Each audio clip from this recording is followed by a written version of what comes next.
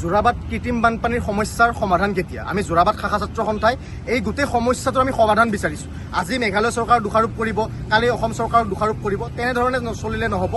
আমি স্থানীয় ৰাইজে এই গোটেই কৃত্ৰিম বানপানীৰ সমস্যাত জীয়াটো ভুগিব লগা হৈছে আৰু এই সমস্যাটোৰ আমাক সমাধান লাগে। আজি বিগত 5 বছৰ ধৰি আমি যোৰাবাট ছাত্ৰ সন্থাই আমি স্মাৰক পত্ৰ প্ৰেৰণ কৰি আহিছোঁ, আমি গোটেই বিষয়টো আমি সংবাদ মাধ্যমক জনাই আহিছোঁ, কিন্তু এতিয়ালৈকে এই সমস্যাটোৰ সমাধান হোৱা নাই।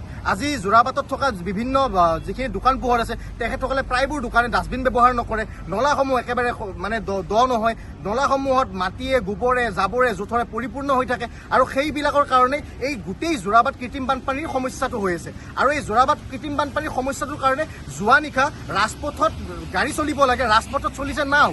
আৰু এই যোৰাবাটতেই কালি 10 মাইলত যোৰাবাটৰ 10 মাইলত আপোনাৰ এজন মানুহ আজি মৃত্যুৰ মুখত পৰিব লগা হ'ল। কিন্তু এই সমস্যাটোক লৈ বিভাগীয় কৰ্তৃপক্ষ এতিয়ালৈকে নিমাত কিয়? আমাৰ প্ৰশ্ন হৈছে সেইটো। যদি আপোনালোকে সাধাৰণ জনতাই ইমান জীয়াটো ভুগি থকাৰ পিছতো আপোনালোকে দেখিও নেদেখাৰ কুলিৰ ভাও ধৰিছে কিয়? আৰু মেঘালয় চৰকাৰে দুদিন পিছত মানে তেখেতসকলৰ ৰঙামাটি খনন কৰাৰ কাৰণে সমালোচনা কৰিব অসম চৰকাৰে, আৰু অসম চৰকাৰৰ মেঘালয় চৰকাৰে ক'ব নাই আমাৰ কাৰণে কৃত্ৰিম বানপানীৰ সমস্যা হোৱা নাই। এই সমস্যাটো তেখেতসকলে ৰাজনীতি কৰি আছে, কিন্তু সাধাৰণ ৰাইজে ইয়াতে জীয়াটো ভুগি থাকিব লগা হৈছে। এই যেতিয়া কৃত্ৰিম বানপানী 20 মিনিট বৰষুণৰ কাৰণে আজি এই গোটেই ৰাজপথটো স্তব্ধ হৈ যায়, আৰু স্তব্ধ হোৱাৰ ফলত আপোনাৰ এই ৰাষ্ট্ৰীয় ঘাইপথত এম্বুলেঞ্চ এখন ৰাতি নিশা 11টা বজালৈকে ইয়াত এম্বুলেঞ্চৰ পৰা সাধাৰণ ৰাইজ ৰাস্তাত থাকিব লগাৰ অৱস্থা হয়। কিন্তু এই সমস্যাটো সমাধান কেতিয়া আহিব?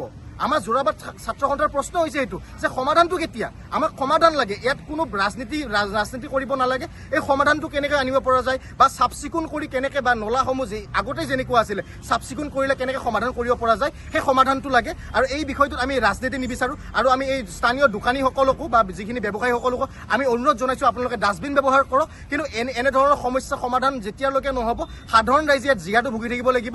আৰু আমি অসম চৰকাৰৰ মুখ্যমন্ত্ৰী ডাঙৰীয়াকো আমি অনুৰোধ জনাইছোঁ এই গোটেই বিষয়টোৰ ওপৰত আপোনাৰ দৃষ্টিগোচৰ আৰু এই বিষয়টোৰ সমাধান বিচাৰিছোঁ আমি।